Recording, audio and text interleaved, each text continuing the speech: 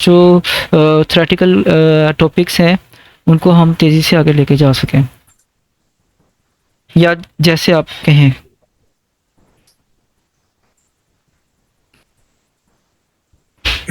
कानून भाई, जो वेरी स्टार्ट वो एक आधा पेज है ना उसमें, तो अब ये पेज नंबर है 5, 6, 7।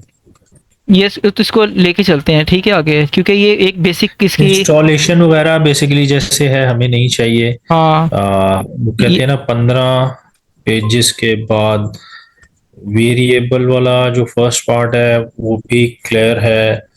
ये क्लियर है आपको, ये वाले सारे जो है? जी, ठीक है। टेम्पलेट लिटरल वाला भी है। अच्छा, मॉडिफाइंग डाटा टाइप्स, ठीक हो गया। ये अच्छा। Analysing and modifying data types जो है ना, पेज नंबर 33। यहाँ से चलें। हाँ, ये यहाँ से थोड़ा सा अगर जरा जेनेरिक सा बताते जाएंगे ना तो वो जरा बेहतर हो जाएगा। अच्छा, वेरिएबल्स का तकरीबन क्लियर है सबको? हाँ, ओके। बेहतर आइडिया है शुरू में।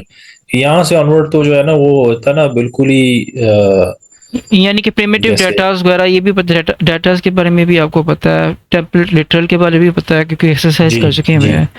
ठीक है। जी। और हम यहाँ से स्टार्ट करते हैं, एनालाइजिंग मॉडिफाइंग डाटा टाइप्स, इससे अमित इस भाई यहाँ से। आवाज आ रही है मेरी? हाँ, सबकी आवाज़ आ रही है, आपकी आवाज़ आ रही है। अच्छा सर, मतलब कि अगर आप स्क्रैच से एक दफा थोड़ा सा लेके चलते हैं क्या?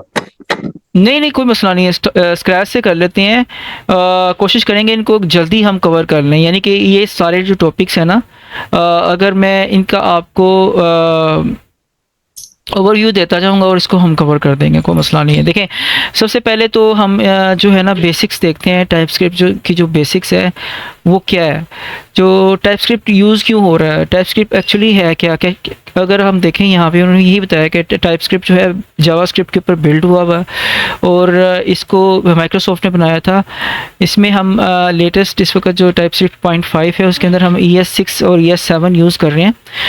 ES क्या है, एक्मा स्क्रिप्ट का जो है जो कंट्रोल करती है जावास्क्रिप्ट को, जो बनाती है, और एक ऑर्गेनाइजेशन के तहत जावास्क्रिप्ट जो है उसकी डेवलपमेंट होती है, वो एक एक्मा स्क्रिप्ट कहलाती है। वो ऑर्गेनाइजेशन जो है इस वक्त ES7 और ES6 के ऊपर हम चल रहे हैं। ठीक है, ये इसका वर्जन है जावास्क्रिप्ट का। तो इसको जो टाइपस्क्रिप्ट 5 में हमने इस्तेमाल कर रहे हैं ES6 एंड ES7, जो इसका जो लेटेस्ट जावास्क्रिप्ट का जो वर्जन है उसके ऊपर वो ये बेस कर रही है टाइपस्क्रिप्ट 5। नेक्स्ट आ जाते हैं हम कि टाइपस्क्रिप्ट की पॉपुलैरिटी क्या है। पॉपुलैरिटी इसकी इस वक्त, क्योंकि ये जो जो हमारी जो सबसे ज़्यादा अहम एप्लीकेशंस जो इस वक्त यूज़ हो रही हैं, Next.js 13 जो कि रेवोल्यूशनरी एक एप्लीकेशन है जिसमें आजकल वेब डेवलपमेंट हो रही है, रिएक्ट है उसके अंदर यूज़ हो रही है। तो क्योंकि इसको माइक्रोसॉफ्ट ने बनाया है, तो माइक्रोसॉफ्ट की जो एप्लीकेशंस जो क्या कहते हैं अपने वेबसाइट्स नहीं बल्कि जो एप्लीकेशंस है वहाँ पे ये इस्तेमाल हो रहा है इसका। तो उसकी एप्लीकेशन डेवलपमेंट के अंदर भी ये यूज़ कर रहे हैं इसको, टाइपस्क्रिप्ट को। उसके बाद ये जो देखें, ये बताया है कि अभी भी सबसे पॉपुलर जो है वो जावास्क्रिप्ट भी है, उसके बाद पाइथन आती है, और जावा एक सेपरेट लैंग्वेज है जावास्क्रिप्ट से। ये चौथे नंबर की जो पॉपुलैरिटी है इस वक्त वो टाइपस्क्रिप्ट की पॉपुलैरिटी चल रही है। तो यानी कि आप क्योंकि जब टाइपस्क्रिप्ट आप सीख लेंगे, जो जावास्क्रिप्ट आपको वैसे ही आ जाएगी, क्योंकि आप उसी का सुपर सेट सीख रहे हैं। तो ये जो है आप समझ लें कि दोनों चीज़ें 2 in 1 सीख रहे हैं अगर टाइपस्क्रिप्ट को सीख रहे हैं। उसके बाद सबसे बेहतर वही जो मैंने आपको बताया, Next.js 13 की सपोर्ट है टाइपस्क्रिप्ट के साथ बाय डिफ़ॉल्ट है, जो कि एक फुल स्टैक फ्रेमवर्क है जिसमें आजकल जो लेटेस्ट एप्लीकेशंस हैं, इवन के बाइनांस भी उसमें बनी हुई है, जो कि आपकी यानी कि फाइनेंशियल जो एप्लीकेशंस है वो Next.js 13 में बन रही है। तो आगे इसको अगर इसकी इन्वायरमेंट सेट करनी है, इन्वायरमेंट हमने इसके ये VS कोड में भी यूज़ हो जाती है, सबलाइन में भी, टेक्स्ट ये यानी कि एटम में भी इजीली आप इसकी इन्वायरमेंट को सेट कर सकते हैं टाइपस्क्रिप्ट के। तो हम बेसिकली यूज़ कर रहे हैं VS कोड, और उसके लिए आपने इंस्टॉलेशन का बताया है कि आपने लेटेस्ट वर्जन इंस्टॉल करना है, LTS वर्जन। यहाँ पे जो 18.10.0 के वो हो सकता है ये चेंज हो, जो भी है हमने LTS वर्जन इंस्टॉल करना है। उसके बाद जब नोट -v करेंगे हमें पता चल जाएगा कि नोट का कौन सा वर्जन इंस्टॉल हुआ है, ठीक इंस्टॉलेशन हुई है कि नहीं हुई। टाइपस्क्रिप्ट को इंस्टॉल करने के लिए जो हम npm इंस्टॉल -g टाइपस्क्रिप्ट कहते हैं, ये ग्लोबली टाइपस्क्रिप्ट को इंस्टॉल कर देता है। टाइपस्क्रिप्ट का प्रोजेक्ट इनिशिएट करने के लिए आप -tsc -init करते हो, ठीक है। और नेक्स्ट अगर आप करते हो तो आप जो एक बेसिकली इसको जो बना console.log की कमांड यहाँ पे यूज़ की है। और हमने यहाँ पे जब इनिशिएट करते हैं तो tsconfig.json की एक फ़ाइल बनती है जिसके अंदर हम मज़ीद इसकी कंपाइलर की जो है वो कर सकते हैं, कॉन्फ़िगरेशन कर सकते हैं। कंपाइलर की कॉन्फ़िगरेशंस आपने सबने कर ली होगी अभी, क्योंकि हमने नोट प्रोजेक्ट्स भी बना दिए, तो उसके ऊपर भी मैं जब हम आएंगे तो हम करके उसको दिखा देंगे जब हम प्रैक्टिकल की तरफ आएंगे, VS कोड की तरफ पास अभी क्योंकि करने लगे। तो आगे चलते हैं। जैसे हम कंपाइल करते हैं तो एक index.js की फ़ाइल बन जाती है, जो कि फ़ाइल जो है वो हम नोड के साथ रन कर सकते हैं और इसको टेस्ट कर सकते हैं। अच्छा, इसमें ये होता है कि हमने सारी की सारी जो प्रोग्रामिंग होती है वो app.ts की फ़ाइल के अंदर करनी होती है, लेकिन जब हमने रन करना है वो index.js के अंदर रन करना है। लेकिन ये है कि जब आप इसको किसी फ्रेमवर्क में यूज़ करते हो, यानी मीन्स Next.js 13 में यूज़ करते हो, तो वहाँ पे हमें ये करने की ज़रूरत नहीं होती, वो ऑलरेडी उसका कंपाइलर उसको कर रहा होता है बैकएंड के ऊपर। अच्छा, फंडामेंटल्स इसके क्या हैं? वेरिएबल्स देख लेते हैं। वेरिएबल क्या है? किसी भी चीज़ है जिसमें हम कोई चीज़ स्टोर कर सकते हैं, simply name of a storage location, ठीक है, स्टोरेज कंटेनर कह सकते हैं। तो वेरिएबल का एक यूनिक नेम होना चाहिए। वेरिएबल रखने के लिए हमें जिस चीज़ का ख्याल रखना है, हम उसको लेट के साथ, वार के साथ या कॉन्स्ट के साथ उसको डिफाइन कर सकते हैं। और इसके नाम के अंदर जो है हम स्टार्टिंग में नंबर्स नहीं डाल सकते, ठीक है। और बाकी आपकी मर्ज़ी है कि आपने किसी भी लेटर के साथ आप उसको स्टार्ट कर सकते हो, उनके क्वेश्चन मार्क के साथ भी स्टार्ट कर सकते हो। अच्छा, वेरिएबल नेम्स जो है ये उन्होंने वही बताया, variable name can be contain any types, उसमें कोई स्पेस नहीं हो सकती। A variable name contain only letters, numbers, $, and underscores. The first character must be a letter और एन अंडरस्कोर और $। उसमें यानी कि नंबर्स का फर्स्ट लेटर नंबर्स नहीं हो सकते। Numbers are not allowed as the first character of our variables. Subsequence characters में बी लेटर, डिजिट, अंडरस्कोर और $, जो है वो बाद में आप उसको डाल सकते हैं, ठीक है। तो ये इसकी वेरिएबल का नाम रखने की थी। उस एनोटेशन ऑन वेरिएबल। अच्छा, इसमें एनोटेशंस क्या है कि ये जो एनोटेशंस है इसमें हम डाटा की टाइप जो है, इसके अंदर एक नई चीज़ है जो कि जावास्क्रिप्ट के अंदर नहीं है। वो ये है कि हम ये एनोटेशंस हम करते हैं कॉलन के साथ, कॉलन के आगे हम डाटा की टाइप लिखते हैं, जिस किस्म का डाटा हम उस वेरिएबल में सेव करेंगे। ये एक फ़िल्टर की तरह है ये नोटेशंस। हम यानी कि एक कंटेनर के ऊपर एक फ़िल्टर लगा दिया, उसमें अगर हमने स्ट्रिंग का फ़िल्टर लगाया तो स्ट्रिंग के अलावा कोई और डाटा उसके अंदर सेव नहीं होगा। नंबर का लगाया तो नंबर के अलावा कोई और डाटा उसके अंदर सेव नहीं होगा, एरर देगा। और इसको अगर आगे देखें, कमेंट्स कैसे करते हैं? कमेंट्स करने के इसमें दो तरीके हैं मेन, बल्कि 3 तरीके कह लें। एक तो आप // टाइप करके कर सकते हैं, दूसरा आप कंट्रोल/ करोगे तो वो भी आपका // ऐड हो जाएगा। मल्टीपल लाइन को सेलेक्ट करने के बाद आप कंट्रोल/ कर सकते हैं। और जो अगर एक लंबा आपने एक पार्ट आपने कहते हैं कमेंट करना है, तो आप ये वाला फार्मूला यूज़ करते हो कि /* और उसके बाद जहाँ पे आपने उसको ख़त्म करना है * और / और वो उसके दरमियान में जो कुछ भी लिखा होगा वो सारा का सारा कमेंट हो जाएगा, ठीक है। तो कमेंट हम क्यों करते हैं? इसके कई वजूहात होती हैं। एक तो हमने उस डाटे को यूज़ नहीं करना होता। आप यानी कि टेस्टिंग के दौरान, उसको कोड की टेस्टिंग के दौरान अगर एक आपका वेरिएबल या एक आपका कह सकते हैं कि कोई एक हिस्सा जिसको आपने टेस्ट करना है, उसमें आपको लगता है कि इसमें इशू आ रहा है, तो उसको आप कमेंट कर देते हो और बाकी आप अपना कोड देखते हो। अगर वो सही तरह चल रहा है तो फिर आप उसी हिस्से के ऊपर कंसंट्रेट करके उसके एरर्स को ख़त्म करते हो। वैसे एरर की डिबगिंग आपको हो जाती है, आपको पता चलता है किस लाइन में एरर आ रहा है, लेकिन कई दफ़ा ऐसे एरर्स होते हैं जो कि यानी कि आपकी डिबगिंग कैच नहीं कर रही होती है। उस वक्त आपको फोकस करके करना होता है। दूसरा इसका काम होता है कि आप अगर कोई डाटा में कोई चीज़ चेंज कर रहे हो तो वहाँ पे आप कमेंट में लिखते हो कि ताकि आपके कोलीग्स को पता चल जाए कि आपने इस डाटा में यहाँ पे आपने इस कोड में क्या चेंज की थी। अच्छा, उसका क्या फ़ायदा होता है? उसका फ़ायदा ये होता है कि कोई भी चीज़ आपके एक मेमोरी में नहीं रहती। मिसाल के आपने एक आपका एक कॉर्पोरेट कोड है उसके अंदर अगर आपने चेंजेस करनी है, हो सकता है आप भी भूल जाओ चेंज करके, ठीक है। और दूसरा तो अगर आपका कोई कोलीग आएगा तो उसे तो पता ही नहीं चलेगा कि आपने क्या चेंजेस किए हुए हैं, अनलेस कि वो गिटहब से उसको दोबारा उसको रिट्रीव ना करें, यानी कि पुराने वर्जन को रिट्रीव ना करें, उस वक्त तक चेंजेस का पता नहीं चलेगा। तो इस कन्फ्यूजन से बचने के लिए अगर आप कहीं पे चेंज करते हो तो आप वहाँ पे लिख देते हो कि मैं इसका यानी कि मैं इस हेडलाइन का कलर रेड कर रहा हूँ या इसको मैं यहाँ से डाटा फैच कर रहा हूँ, तो मैंने इस कोड में ये चेंजेस किए, उसे कमेंट में लिख देते हो, ताकि जो आने वाला बंदा है या आपको खुद याद रहे कि यहाँ पे हमने ये काम किया हुआ। अच्छा, आगे प्रिमिटिव डाटा टाइप्स हैं। प्रिमिटिव डाटा आप यही कह लें कि जिसकी हमें परमिशंस हैं, आप जो आप यूज़ कर सकते हो डाटा टाइप्स, जो ये जो 4 डाटा टाइप्स दी हैं ये इसके अलावा भी होती हैं, लेकिन ये जो है ये पॉपुलर डाटा टाइप है, यही ज़्यादा यूज़ होती हैं कोड के अंदर। इसके अलावा एनी है, उसका हम जो आगे स्टेप्स करेंगे उसमें हम देखेंगे। तो स्ट्रिंग और नंबर्स का, बुलियन का, अनडिफाइंड का और नल का।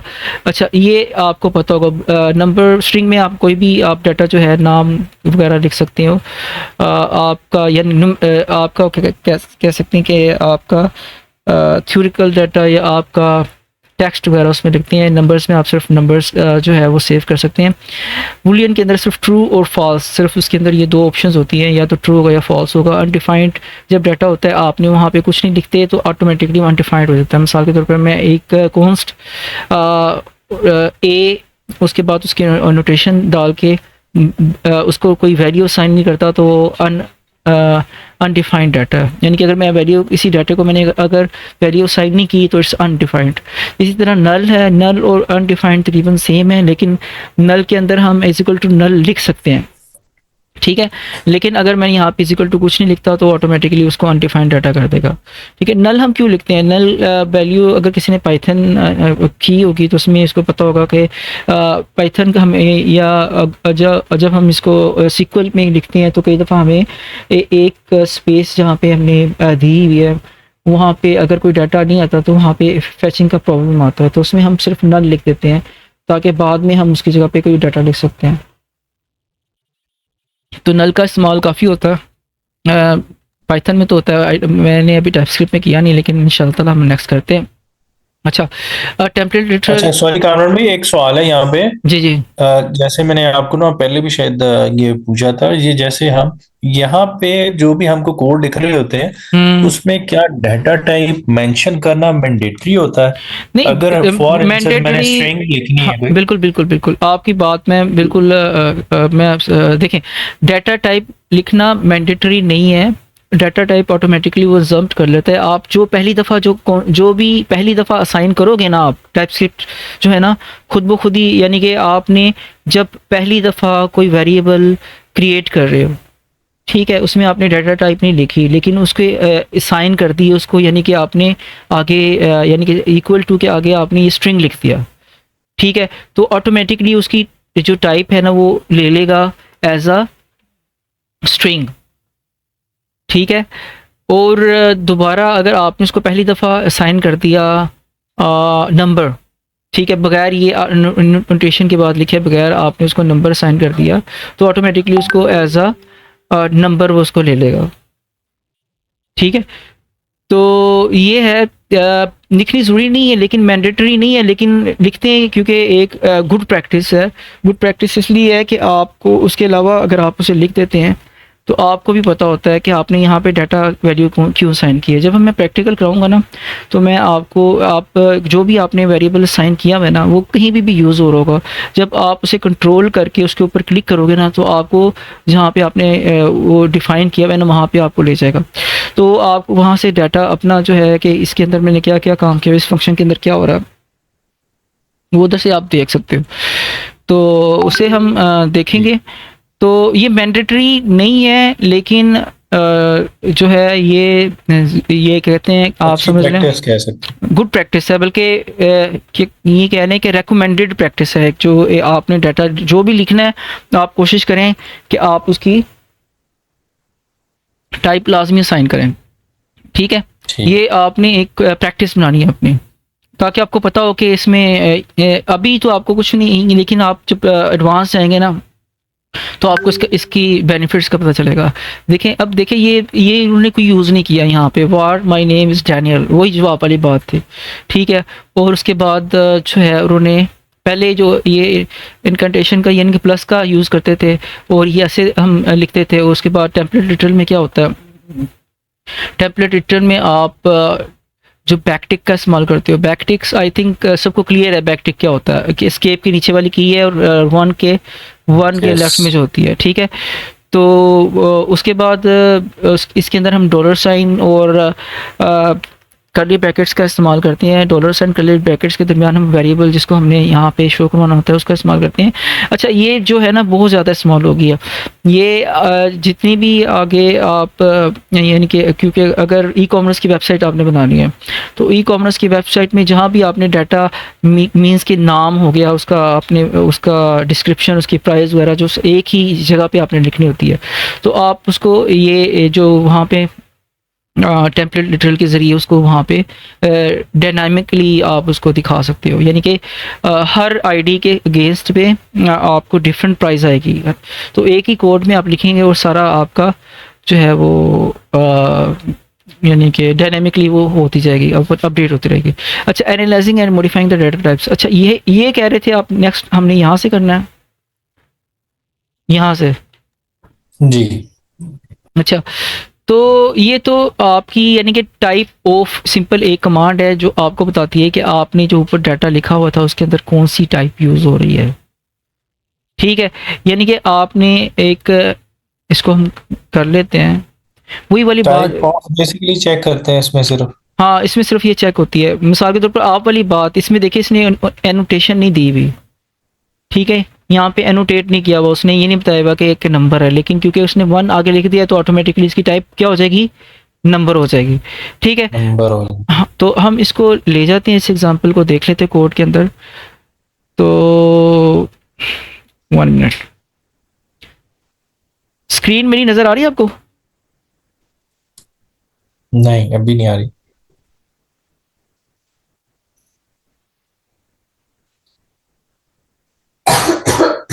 एक मिनट,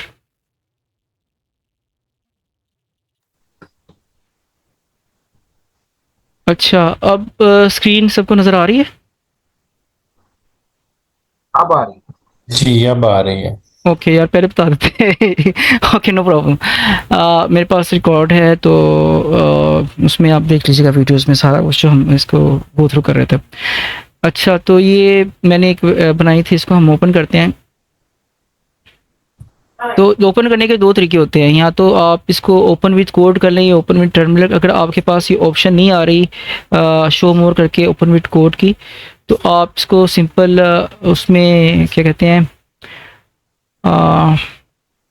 अगर ये ऑप्शन नहीं आती है आपके पास, तो आप क्लिक करके ओपन इन टर्मिनल करें और वहाँ पे कोड स्पेस डॉट करके एंटर करेंगे, तो वो जो फोल्डर, जो आपने फोल्डर ओपन किया वो आपका वीएस कोड के अंदर फोल्डर ओपन हो जाएगा। ओके, तो इसमें हमने सबसे पहले जो चीज़ें करनी होती हैं, इंडेक्स डॉट टीएस। अच्छा कामू भाई, जब तक ये चलता है मुझे ये बताएगा, जैसे अगर हम एक ही फोल्डर और एक ही वो फाइल जो है उसमें वो सारी 45 पे 45 एक्सरसाइज करना चाहें तो वो कर सकते हैं? हो जाती है, लेकिन प्रॉब्लम आती है। आप एक ही फ़ोल्डर के अंदर, मैं आपको बता देता हूँ आपने करनी कैसे है, ठीक है? वो मैं तरीका आपको बता देता हूँ, अभी अभी बता देता हूँ, ठीक है? जी प्लीज। इस यहीं बता देते हैं। आपने ये फ़ोल्डर बनाया, समझे कि आपने यहाँ पे एक्सरसाइज ही कर रहे हैं, ठीक है? इसको मैं चेंज करूँगा, रीनेम एक्सरसाइज 1, ठीक है? और इसी तरह की और वेब हम बना लेते हैं, एक्सरसाइज 2 डॉट टीएस, ठीक है?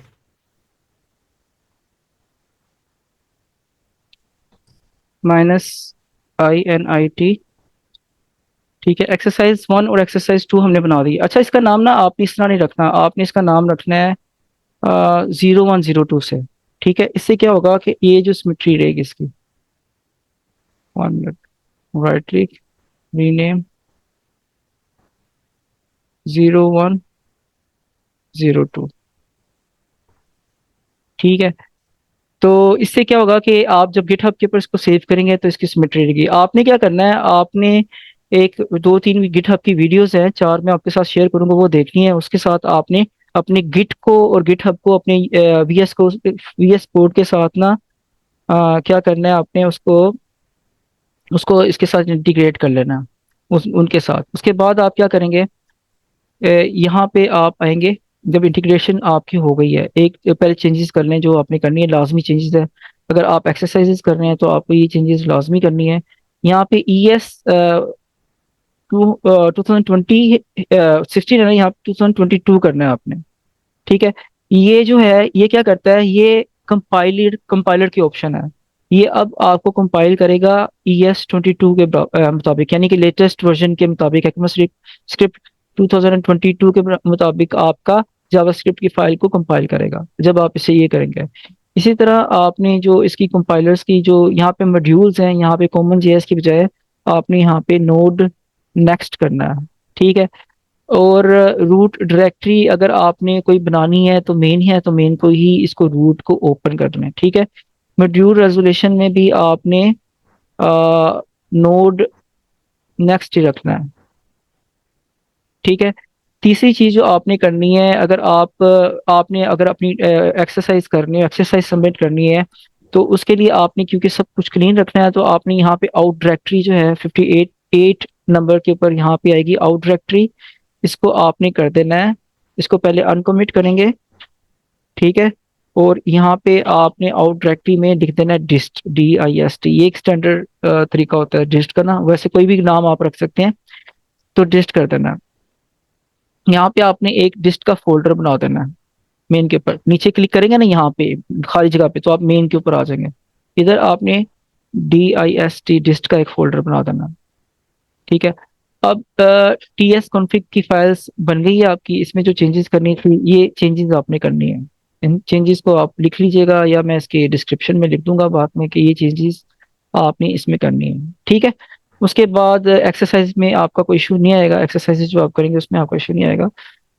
यहाँ पे आप क्या करेंगे, TSC, अब हमने इसको कंपाइल करना है, तो आप TSC से कंपाइल करते हो। TSC से जब हम कंपाइल करेंगे तो ये जो है इसकी जावास्क्रिप्ट की फाइल जो है वो डिस्ट के फोल्डर के अंदर बनेगी। हमारा ये फोल्डर ये वाला जो है वो क्लीन रहेगा। ठीक है।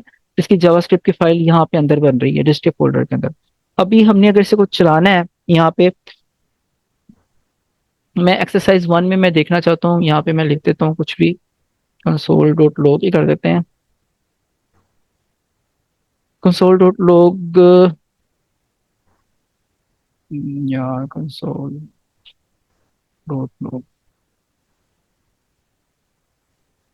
यहाँ पे हेलो वर्ल्ड कर लेते हैं। ठीक है। तो इसको दोबारा कंपाइल करेंगे। अच्छा, ये बार बार कंपाइल करने से बचने के लिए आप क्या करोगे, TSC-W। ठीक है। ये आपको बार बार कंपाइल नहीं करना पड़ेगा, बार बार TSC नहीं करना पड़ेगा। जब आप ये करोगे तो आपका ये नोड का एक प्रोग्राम खुल जाएगा जो कि बैकएंड के अंदर उसको कंपाइल कर रहा है। ठीक है। उसके बाद जब ये खुल जाएगा तो आपको यहाँ पे टर्मिनल की जगह नहीं देगा यूज करने की। उसके लिए आपने क्या करना है, दोबारा आपने प्लस की को क्लिक करना है। जब आप प्लस को क्लिक करोगे या कमांड प्रॉम्प्ट एक नया खुल जाएगा, यहाँ पे आप उसको कर सकते हो। अच्छा, एक और चीज मैंने यहाँ पे इसमें स्पेसेस रख दी है ना, ये स्पेसेस नहीं होनी चाहिए थी, क्योंकि ये स्पेसेस जो है इसकी वजह से मुझे प्रॉब्लम देगा बाद में ना। तो आपने कोशिश करनी है कि यहाँ पे स्पेसेस नहीं रखनी, इसके दरमियान में डैश का जो है वो बटन दबा देना, कुछ भी कर देना। इसको मैं जल्दी से आपको आगे लेके जाता हूँ, क्योंकि ये हमने बेसिक काम कर लिया, क्योंकि मेरे पास टाइम कम है। तो प्लस जो है यहाँ पे ये दो बना लिए, ये कर लिया। उसके बाद मैंने क्या करना है, मैंने ये सेटिंग्स के ऊपर क्लिक करना है, और यहाँ पे ये कमांड पैनल है, Ctrl+Shift+P के साथ भी आ जाएगा। सेटिंग्स को क्लिक करके यहाँ पे फिर भी ये आ जाएगा। उसके अलावा अगर मैं ये ऊपर जो यहाँ पे क्लिक करूंगा, ठीक है, तो फिर भी ये कमांड पैलेट आ जाएगा। ठीक है। यहाँ पे मैं शिफ्ट और ये वाली एरो की लेके आनी है आपने, ग्रेटर देन साइन, वो जो ग्रेटर और यस जो भी स्मॉलर जो भी साइन आप कहते हैं, ये वाली आपने लेके आनी है। या फिर आप शिफ्ट डॉट के साथ लेके आ सकते हैं, या आप इसको यहाँ पे क्लिक करके या शिफ्ट पी के साथ आप क्लिक करेंगे तो आ जाएगा। जब ये आएगा उसके बाद आपने यहाँ पे डाउन एरो की में जहाँ पे पब्लिश टू गिटहब करना है। अब पब्लिश टू गिटहब करेंगे तो ऑटोमेटिकली ये आपकी यहाँ पे गिटहब की डायरेक्टरी बना देगा ये। तो मैंने क्योंकि इसको पब्लिक करना है तो मैं पब्लिक करूँगा, ठीक है। और जब मैं करूँ उसके बाद मैं इसे कह दूंगा ओके, तो ये ऑटोमेटिकली इसको कर रहा है। अगर इसको क्लिक करेंगे तो आप गिटहब की में भी आ जाएंगे। पहला कमिट उसने ऑटोमेटिकली कर दिया। अच्छा, दूसरा मैं कह रहा था कि ऑटोमेटिकली हमारा बैकएंड के अंदर हो रहा है। अगर मैंने इसको रन करना है तो दो तरीके हैं। यहाँ पे मैं अब जब नोड करूंगा ना तो मैंने डॉट स्लैश डिस्ट स्लैश जो भी थी एक्सरसाइज 01 ठीक है ना। अच्छा, कोशिश करें कि आप इसी में रहें, यहीं से इस तरह चलाएं, डॉट डिस्ट एक्सरसाइज 01 करके चलाएं, ठीक है। या आप क्योंकि यहाँ पे आप कंपाइलर ऑटोमेटिकली होता रहेगा। अगर आपने TSC-W चलाई हुई है तो आप इस तरह भी चला सकते हो। अच्छा, यहाँ पे देखिए मैंने कोई गलती की है, मैंने उसके स्पेलिंग गलत लिखे हैं।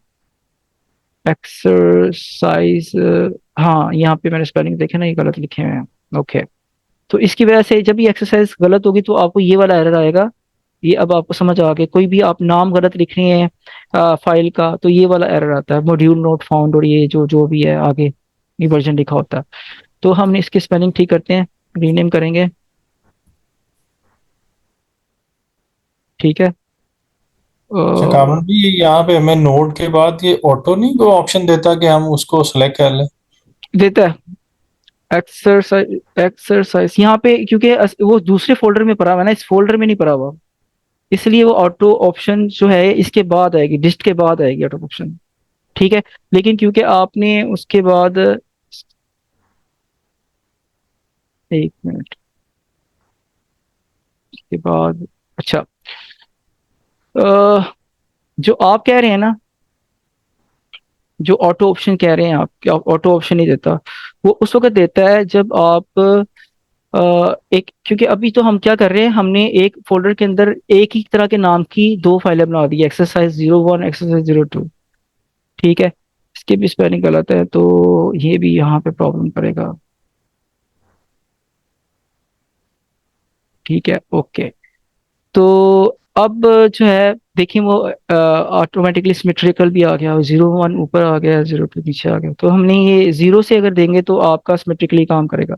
एक ये तरीका है। दूसरा तरीका है कि अब चूंकि आपने इसको TSC-W कर लिया हुआ है, अगर आपने ये नहीं किया होता तो फिर आपको प्रॉब्लम होती। लेकिन क्योंकि आपने कर लिया हुआ है, उसके बाद आप सीधा इस फोल्डर के अंदर आ जाओ, CD डिस्ट, ठीक है। और जो भी आपने चलाना है यहाँ पे सीधा आप नोड और एक्सरसाइज 1 चलाओ, एक्सरसाइज 1 और एक्सरसाइज 2 यहाँ पे चलाते रहो। लेकिन क्योंकि ऑटोमेटिकली आपकी कंपाइलिंग हो रही है, TS फाइल की कंपाइलिंग हो रही है, आपको JS फाइल ओपन करने की जरूरत नहीं है। बस आपने यहाँ पे एक्सरसाइज, सॉरी, उस फोल्डर के अंदर रहना है।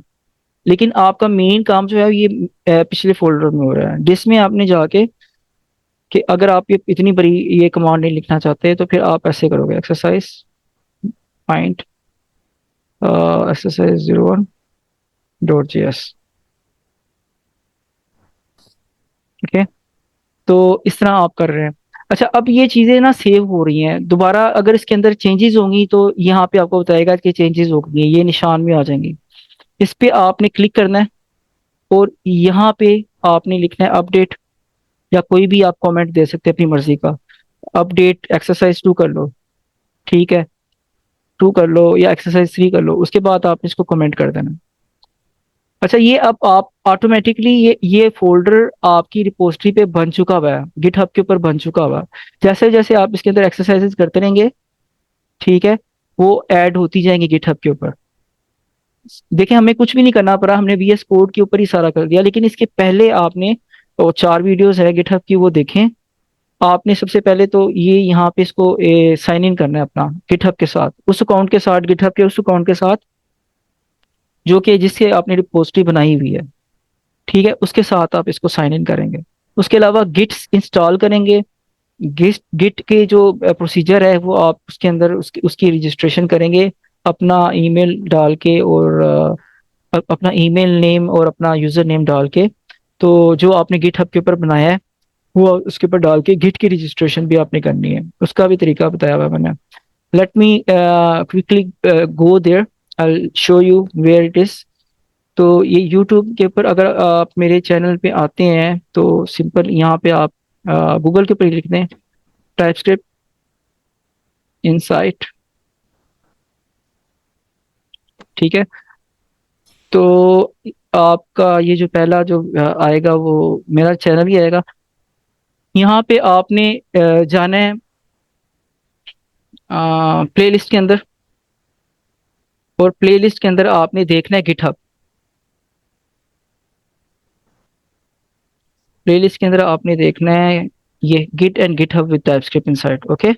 इसको क्लिक करेंगे तो ये जो चारों वीडियोस है, पहली वीडियो है कि अकाउंट कैसे बनाना है। अगर आपका ऑलरेडी गिटहब का अकाउंट बना हुआ है तो यू कैन स्किप दैट। ये जो वीडियोस हैं कि आपने साइन अप कैसे करना है, फिर ये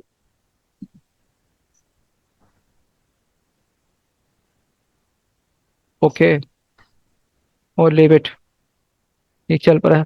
अच्छा वो उसमें ये चार थी तो वो आपने देख लेनी है। और उसके मुताबिक आपने उसको अपने गिट को इंस्टॉल कर देना है। सबसे आखिर में अगर कोई इशू आता है तो अली की एक मेरा बेटा है, उसने एक वीडियो बना के गाइडलाइन दी हुई है कि उसको कैसे आपने गिट को इंटीग्रेट कैसे करना है, गिट को और गिटहब को इंटीग्रेट कैसे करना है। तो आप उसकी वीडियो देख लीजिएगा, ये आपके इशू रिजोल्व हो जाएगा। एक ही फोल्डर के अंदर एक तो एक तरतीब के साथ आपकी यहाँ पे टीएस की फाइल्स आ जाएंगी, नीचे टीएस कॉन्फ़िग की फाइल होगी, और डिस्ट के अंदर आपकी जो आपने की हुई है। अब ये चार फाइल्स बन गई है ना, चार फाइल्स इसलिए बन गई हैं, दो पुरानी थी वो हम डिलीट कर देते हैं जिसका हमें कोई काम नहीं है। मूव टू रिसाइकल बिन करेंगे इसको, और इसकी भी जो पुरानी बनी हुई थी उसको भी हम डिलीट कर देंगे। हमें जो सिर्फ दो चाहिए उसे हम रखेंगे, ठीक है।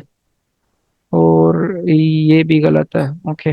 कामन भाई इसमें हमें कैसे पता चलेगा कि ये नई कौन सी थी पुरानी कौन सी थी? वो वो जो इसलिए आपने था कि स्पेलिंग चेंज किया है इसमें? स्पेलिंग खराब थे। वो जो मैंने पहले ही बनाई थी ना, हमने पहले जब कंपाइल किया था स्पेलिंग चेंज किया है, तो उसने पुरानी को जी। डिलीट नहीं किया, लेकिन नए स्पेलिंग के मुताबिक उसने ऑटोमेटिकली जेएस की फाइल बना दी हुई है। अभी हमने ये जो कमांड लगाई है ना, जो टीएस कॉन्फ़िग के अंदर जो कॉन्फ़िगरेशन की है ना आउट डायरेक्टरी की, और हमने जो TSC-W की जो कमांड लगाई है, वो ऑटोमेटिकली हम जो भी चेंजेस कर रहे हैं वो टाइपस्क्रिप्ट में ऑटोमेटिकली इसको सेव करती रहेगी। अब दोबारा कमिट का आ गया, ठीक है ना। तो मैं दोबारा इसको अपडेट करूंगा, कोई भी चेंजेस होगी फाइल में या कोई फाइल नई फाइल बनाएंगे या फाइल के अंदर कोई भी हम चेंजेस करेंगे, इवन के स्पेस भी लिखेंगे, तो यहाँ पे वो बता देगा कि ये कमेंट होने वाला है, क्लियर नहीं है। तो इसको हम दोबारा अपडेट करके यहाँ पे इसे कमेंट कर देंगे।